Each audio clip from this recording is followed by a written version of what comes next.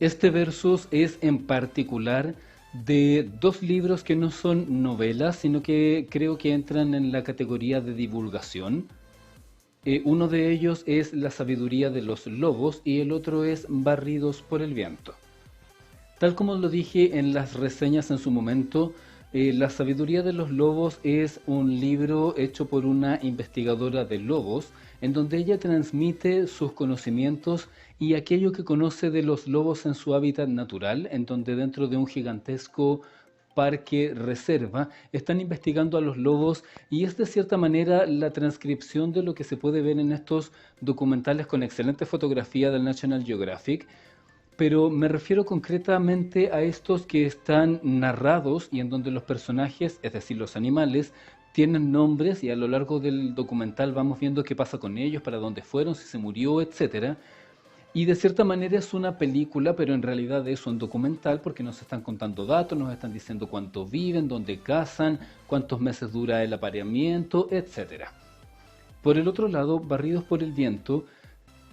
es un libro que se supone, y sé que con esto estoy sonando muy poco imparcial desde el inicio, pero es verdad, se supone que lo que hace es contar historias y leyendas sobre el sur de Chile y cómo se realizó la conquista, porque no voy a decir descubrimiento, de esa zona. También se puede homologar con esos reportajes históricos en donde se muestra a un personaje que es el protagonista del reportaje, es decir, el que lo está haciendo, que narra en primera persona o a lo mejor a través de ser él mismo su propia tercera persona, mientras va a determinados lugares y luego la pantalla pasa a una recreación de lo que habría ocurrido en esa época. Los libros tienen en común que no son novelas propiamente tal, sino que están más enfocados en el ámbito de la divulgación o del contexto periodístico, pero eso no los exime de ser libros que tienen que tener un determinado esquema. Quiero dejar en claro que un libro debe tener un esquema siempre, porque si fuera por poner palabras una al lado de la otra, no existiría el oficio de escritor y yo no estaría haciendo este tipo de videos para el canal. Cuando tú tienes un libro técnico, el libro tiene un índice en donde dice que viene un prólogo, la larga sarta de agradecimientos a todos los científicos involucrados, y después de eso viene una introducción al tema, los planteamientos y de ahí en adelante todo lo que corresponde y siempre es un increscendo. Si estás viendo un libro de química, los aspectos más complicados de la química no van a estar en el primer capítulo porque luego tienes que ver otros elementos. Inclusive si se tratara, por ejemplo, de un libro de introducción a la química, todo el libro completo no va a ser solamente introducción porque introducción es un aspecto un poco genérico. Entonces lo que hace el libro es plantear aspectos básicos, pero incluso dentro de los aspectos básicos tiene que haber una progresión, de forma que cuando tú termines de leerte ese libro tengas la preparación suficiente para poder tomar un libro de química propiamente tal y trabajar con él sin quedarte mirando al techo como si no hubieras entendido nada.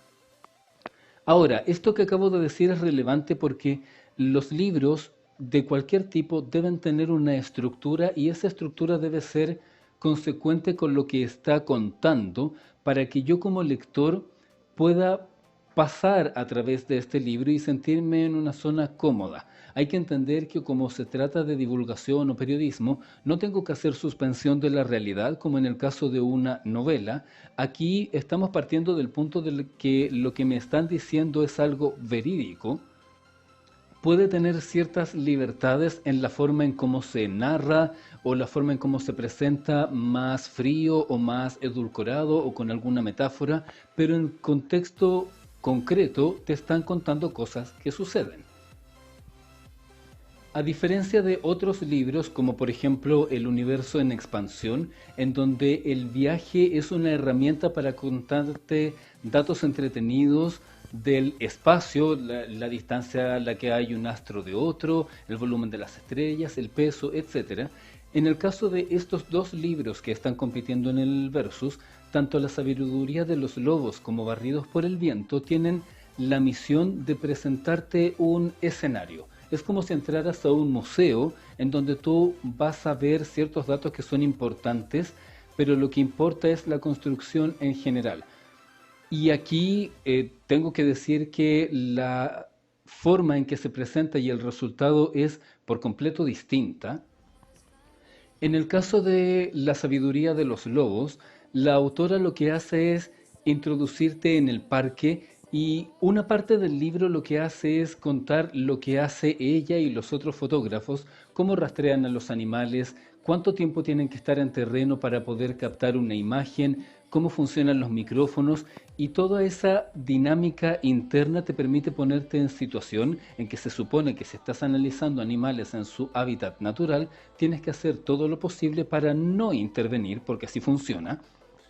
Y a medida que esto va avanzando, la progresión del texto nos lleva hacia la siguiente parte, que es contarnos la vida de los animales. Y como ella es una persona que habla en el libro de tener una gran conexión con ellos y que los quiere como si fueran de su familia, eso permite que vayamos conociendo a los distintos personajes de la obra: el lobo que es un Don Juan, la loba que es una alfa súper poderosa, este otro lobo más joven, etcétera. Algo que beneficia mucho a la sabiduría de los lobos es que los lobos, a pesar de que parezca un poco ridículo lo que voy a decir, son seres vivos y como seres vivos nacen, crecen, se desarrollan y mueren. Y eso está planteado dentro de la obra, no con ese esquema exacto, pero para llegar a determinados puntos es importante haber pasado por otros. No es que la historia comience diciéndote y en este momento nació un lobo y termine diciéndote y ahora murió uno. El punto es que el libro tiene una estructura que está bien definida, porque al momento de comenzar a explorar las vidas de los lobos, la autora pimponea entre unos y otros, que es como sucedería en una exploración, es decir, el lobo no va a estar ahí en una pasarela esperando a que uno lo mire. Hay veces en que lo vas a ver, en otras ocasiones, no sé, se va a meter a la cueva y van a pasar 3 días y no te vas a quedar ahí afuera relatando que corrió viento y pasaron hormigas. Mientras ese lobo no está en cámara, vas a mirar a otro y esa condensación de los datos permite ir conociendo las personalidades y las actividades de los lobos, lo cual es educativo porque nos permite saber cómo se comunican, qué capacidades tienen, lo fuertes o poderosos que son, si son buenos cazadores, cómo se comportan como familia, ciertos paralelismos entre los humanos y los lobos o la capacidad que tienen de ser muy distintos a como los mal pintan en la industria del entretenimiento. Por lo tanto, cuando en cierto momento muere un lobo, esto es bastante avanzado el libro y a pesar de que no es una novela en donde te lo relatan de una forma súper trágica, el momento en el que se presenta esta muerte hace que tú como lector sientas el dolor con el que te la están relatando. Puede ser que tal vez no te emocione propiamente, o puede que sí, pero lo concreto es que se entiende la emoción porque esta muerte no fue puesta al azar dentro de toda la construcción del libro, sino que hay una intencionalidad que es que tú entiendas que esta muerte es natural, como es la muerte natural dentro de la naturaleza, valga la triple redundancia, pero eso de todas maneras genera algo. Y es curioso que en ese mismo libro muestran una relación entre la loba y el lobo y cómo ambos terminan muriendo con una especie de pacto de amor que está mucho mejor representado en ese libro que en muchísimas novelas juveniles. Ahora, la progresión del libro nos lleva a experimentar distintas emociones, como cuando te cuentan con alegría que nacieron unos lobos, o la tristeza que comentaba recién cuando mueren algunos de ellos. Y esto está bien aderezado con lo que corresponde a los datos concretos, que es lo que uno va aprendiendo a medida que lee. El objetivo de este tipo de libros es que uno aprenda de una forma entretenida sin ser de forma concreta un libro técnico. En la otra mano, Barridos por el Viento tiene un terrible problema de esquematización y de verdad parece como que, ¿qué onda? Los datos los arrojaron simplemente en el libro porque cuando lo leí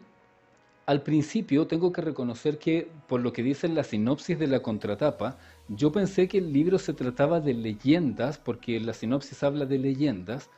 y en el sur de Chile, que es donde se ambienta, hay multitud de leyendas magníficas y pensé que lo que hacía era explorar esas leyendas y contarte de dónde iban a salir. Así que cuando comencé a leer el libro me di cuenta que en realidad no era eso, que las, entre comillas, leyendas, en realidad son historias recopiladas a modo de reportaje extenso sobre esa zona. ¿Qué ocurrió cuando llegaron los españoles, las personas sobrevivientes de las distintas culturas exterminadas por ellos, etcétera?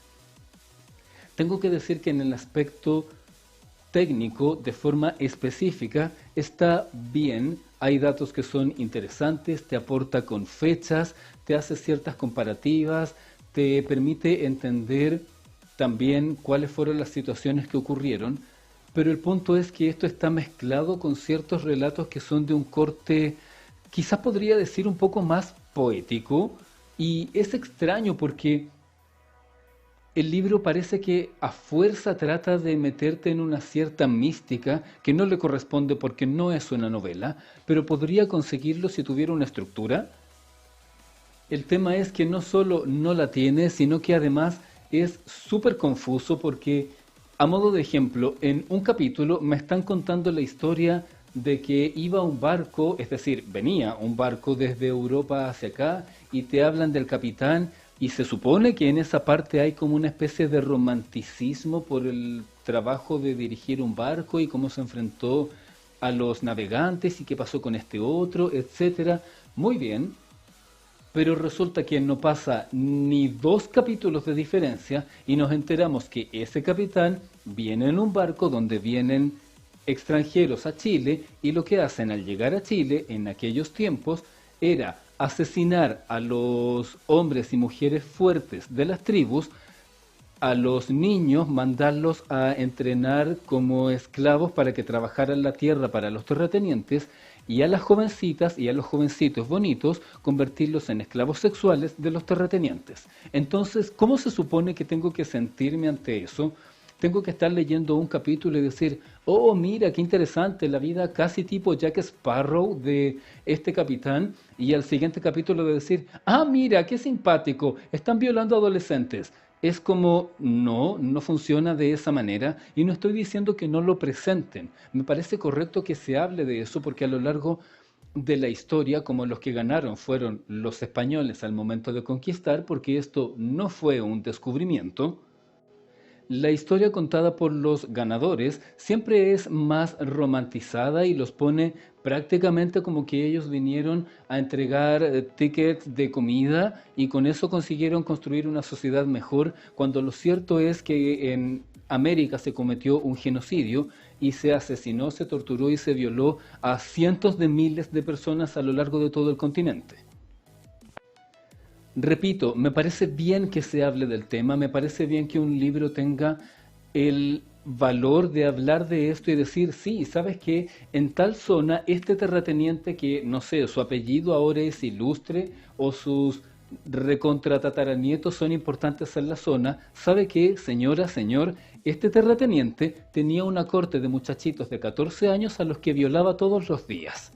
Me parece bien que exista eso. El punto es que la fuerza de eso o de la historia de la anciana se pierden por completo cuando entre medio hay una historia pseudo romanticona de la vida de un capitán de un barco porque no me importa en comparación y los acontecimientos no están puestos en un orden en que yo diga, bien, pasamos de esta historia a esta otra. Los acontecimientos parece que los fueron tirando a medida que los fueron encontrando, como de cierta manera como si hubieran ido recorriendo la zona y preguntando o haciendo investigaciones en la zona A y luego en la zona B, y eso lo transcribieron literal en vez de ordenarlo, porque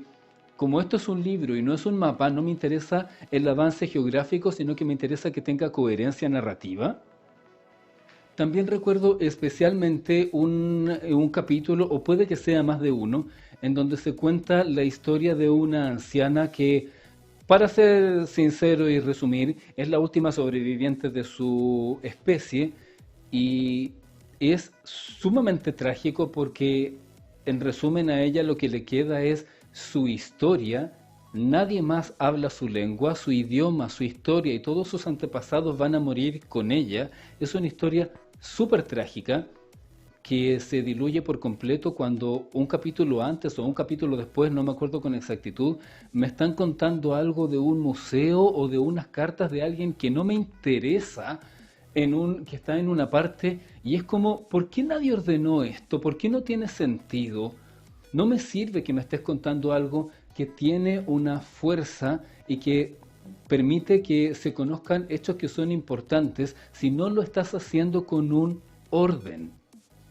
Además, no solamente se trata del orden, sino que parece como que los distintos segmentos o capítulos de la historia hubieran sido escritos por distintas personas que no hablaron entre ellas, que no tenían ningún tipo de comunicación y tampoco les importó y no le importó al editor ni a nadie. ¿Por qué? Porque hay cambios de tono, es decir, así como mencioné lo del capitán tipo Jack Sparrow en contraste con la historia de los terratenientes con esclavos sexuales,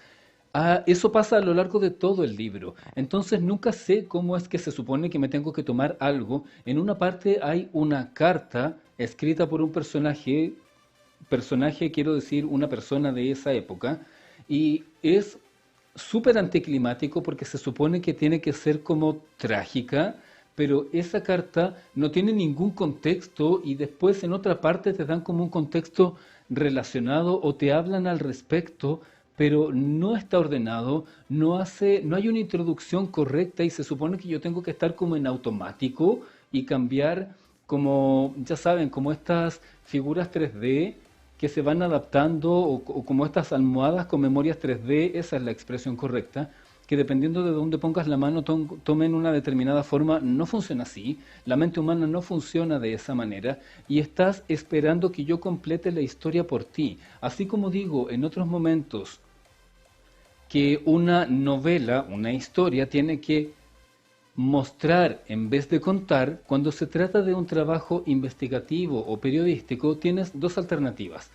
O lo haces de forma súper fría, con un listado que dice punto A, ocurrió esto, punto B, ocurrió esto otro, y tú entiendes desde el principio que, ok, esto es frío, es específico y la historia es tal cual. Me van a contar los hechos, no les interesa lo que yo sienta al respecto, ni tampoco lo quieren transmitir, no lo están adornando, me están diciendo, capítulo 1, nació alguien, capítulo 2, invadieron un país, capítulo 3, murieron personas, fin de la historia. La otra alternativa que tienes es poner una especie de concepto editorial, es decir, que la persona que reunió esta información tenga la intención de transmitir algo, es decir, quiero hacerlo de forma amarillista. Entonces cada capítulo va a tener una introducción escandalosa. Ahora te vamos a contar la verdadera historia de qué ocurrió en tal zona. Capítulo 2.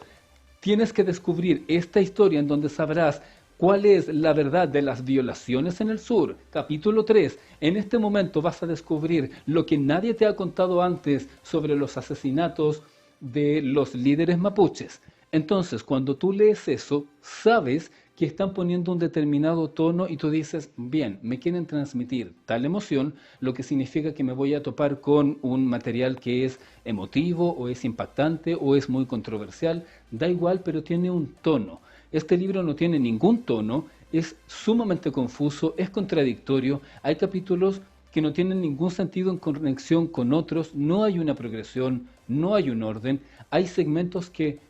literal no tienen presentación y solo están ahí, como que cuando estaban maquetando el libro dijeron, oye, podríamos poner esto, y dijeron, sí, sí, ponlo ahí en la 78, y no funciona así. Es importante que un libro tenga una estructura y que esa estructura se respete para que al momento de leer yo pueda conectar con ese material. Como decía antes, en el caso de la investigación periodística o la divulgación, no tengo que hacer suspensión de la realidad, pero si se trata de un libro de estas características, de todas maneras tienes que hacer el trabajo de pensar y decir, bien, lo que quiero hacer es esto, y es eso lo que voy a hacer, en vez de ir improvisando y dejar todo tirado en el camino a ver qué pasa y a ver quién se tropieza con tal cosa y la considera suficiente. El ganador a todas luces en este caso es La sabiduría de los lobos, y me gustaría también que existiera la posibilidad de que Barridos por el viento fuera reescrito por alguien que tuviera la intención de hacerlo con un determinado objetivo y no solamente por tirar los datos ahí y esperar a ver qué pasa.